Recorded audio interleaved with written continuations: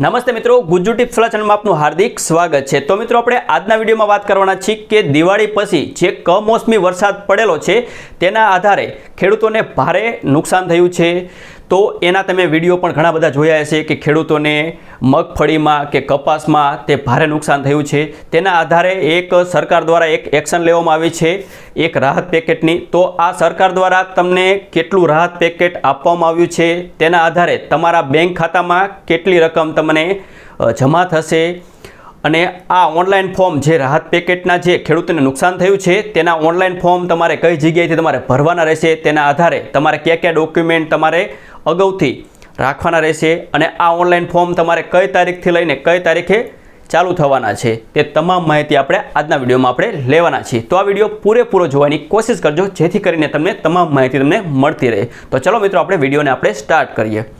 તો મિત્રો આપણે અત્યારે હાલમાં જે ગયા શુક્રવારે જે ગુજરાત સરકાર દ્વારા એક રાહત પેકેટની જાહેર કરવામાં આવી છે તે કેટલી રકમ જાહેર કરવામાં આવી છે તો ગુજરાતના 95% ખેડૂતોને આવરી લેવામાં આવ્યા છે। તેમાં તેમને 10,000 કરોડ રૂપિયાની એક રાહત પેકેટ જાહેર કરવામાં આવ્યું છે। તો આ 10,000 કરોડનું જે રાહત પેકેટ જાહેર કરવામાં આવ્યું છે તે લગભગ 95% ખેડૂતોને આ એક મળવાપાત્ર થશે।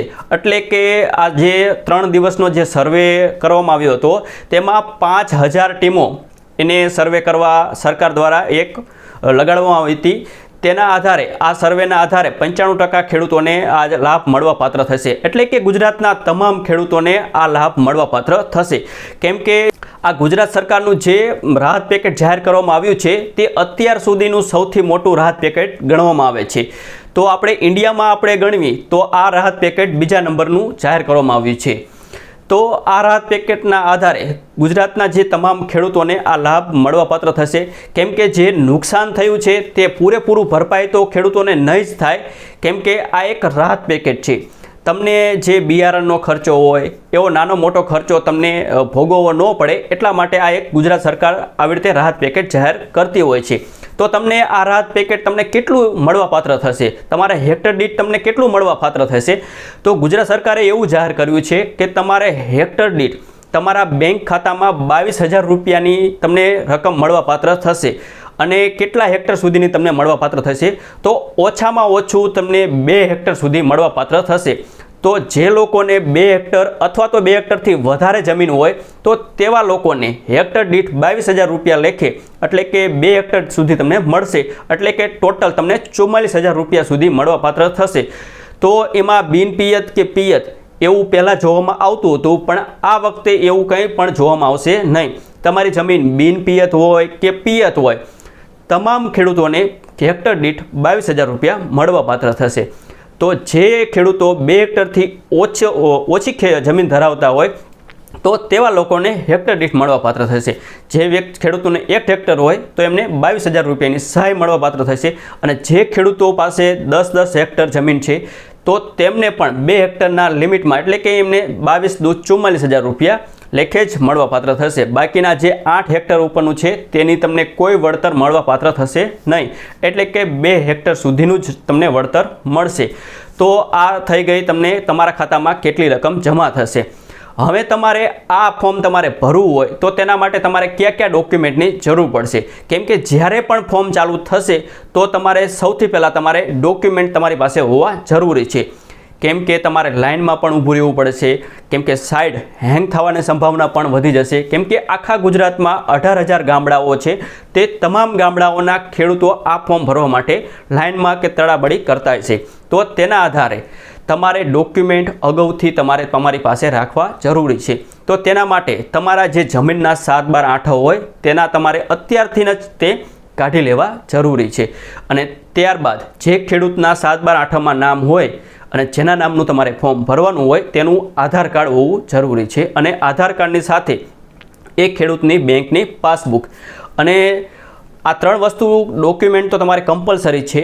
પણ દર વખતે એક વાવેતરનો દાખલો માગતા હોય છે તલાટી પાસેથી। તમારે જે ગામના તલાટી હોય એનો એક વાવેતરનો દાખલો, તમે કપાસ વાવ્યો છે કે મગફળી વાવ્યું છે કે જુવાર વાવી છે એ એક વાવેતરનો દાખલો અત્યારથી જ તમે કઢાવી લેજો, જેથી કરીને તે વખતે જ્યારે પણ ફોર્મ ભરવાનું થાય ત્યારે તમારા જે ગામના વીએલઈ એટલે કે વીસી મિત્રો ફોર્મ ભરતા હોય તે માગે તો તમારે એ ટાઈમ તમારે બગડે નહીં એટલા માટે.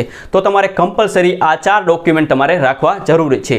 7, 12, 8 આધાર કાર્ડ, રેશન કાર્ડ, બેંકની પાસબુક, આ 4 કમ્પલસરી રાખવા અને તલાટી પાસેથી એક વાવેતરનો દાખલો કઢાવી લેવો. તો મિત્રો આટલા ડોક્યુમેન્ટ તમે અગાઉથી તમે રાખી લેજો. અને હવે રહી વાત કે આ મિત્રો ઓનલાઈન ફોર્મ તમારે કેવી રીતે ભરવાના રહેશે. તો અમુક ન્યૂઝવાળા જે ગુજરાતમાં ન્યૂઝવાળા એવી અત્યારે જાહેર કરી રહ્યા છે કે આ ખેડૂત પોર્ટલ ઉપર તમારે જાતે ઓનલાઈન ફોર્મ ભરવાના રહેશે. તો આ ખેડૂત ઉપર તમે અત્યારે ખેડૂતની ઓનલાઈન અરજી કરવી છે તેમ છતાં પણ એ સર્વર ડાઉન આવતું હોય છે. તો અત્યારે 18,000 ગામડાઓ આ જે પાક નુકસાનના ફોર્મ ભરશે તો આ સર્વર ડાઉન થઈ જ જશે, એ પાકું છે. તો તેના આધારે તમે આ ખેડૂત ઉપર પોર્ટલ તમે જાતે ફોર્મ ભરવા જશો તો તમને બહુ જ લોડ જોવા મળશે. એના કરતાં જે વીસી મિત્ર છે ડિજિટલ ગુજરાત ઉપર જે ફોર્મ ભરતા હતા, કેમ કે ડિજિટલ ગુજરાતમાં તો કેવી રીતે ફોર્મ ભરતા હોય કે જે 12,000 જે વીસી મિત્રો છે એ 12,000 વીસી મિત્ર ડિજિટલ ગુજરાતમાં ફોર્મ ભરી શકે, કેમ કે એમના આઈડીમાં. જો મિત્રો તમને ખેડૂતોને ઓનલાઈન ફોર્મ ભરવાનું કહેવામાં આવશે આ ખેડૂત ઉપર તો સાઈડમાં ખૂબ જ લોડ રહેશે. એટલા માટે અગાઉથી ડોક્યુમેન્ટ તમે જમા કરી રાખજો, એને સ્કેન કરીને રાખજો, એને PDF ફોર્મેટમાં, કેમ કે અપલોડ કરવાના પણ કદાચ તમે જાતે ફોર્મ ભરવાના આવે તો અપલોડ કરવાના પણ આવી શકે છે. એટલા માટે તો તમે અગાઉથી જે પણ તારીખ જાહેર કરે સરકાર દ્વારા, એટલે કે ટૂંક જ સમયમાં જાહેર કરવામાં આવશે તારીખ, જેવી જાહેર કરે એટલા માટે તમે ડોક્યુમેન્ટ અગાઉથી જમા રાખીને તમે ઝડપી તમે ફોર્મ ભરી શકશો. તો મિત્રો આવી માહિતી તમને આવી રીતે જ્યારે પણ તમને તારીખ જાહેર કરવામાં આવે ત્યારે આપણે એક વિડીયો બનાવીશું કે ઓનલાઈન ફોર્મ કેવી રીતે ભરી શકાય, તેને કેવી રીતે ડોક્યુમેન્ટ અપલોડ કરી શકાય, તે તમામ માહિતી આપણે બનાવીશું. જો મિત્રો વીસી મિત્ર દ્વારા ઓનલાઈન ફોર્મ ભરવામાં આવે ડિજિટલમાંથી તો આપણે કંઈ ડિજિટલમાં આપણે કેવી રીતે તમારા ડોક્યુમેન્ટ જમા કરવાના રહેશે એ પણ આપણે માહિતી આપણે બતાવી દઈશું. તો મિત્રો આજના વિડીયોમાં આપણે એટલું જ રાખીશું. જય હિન્દ, જય ભારત.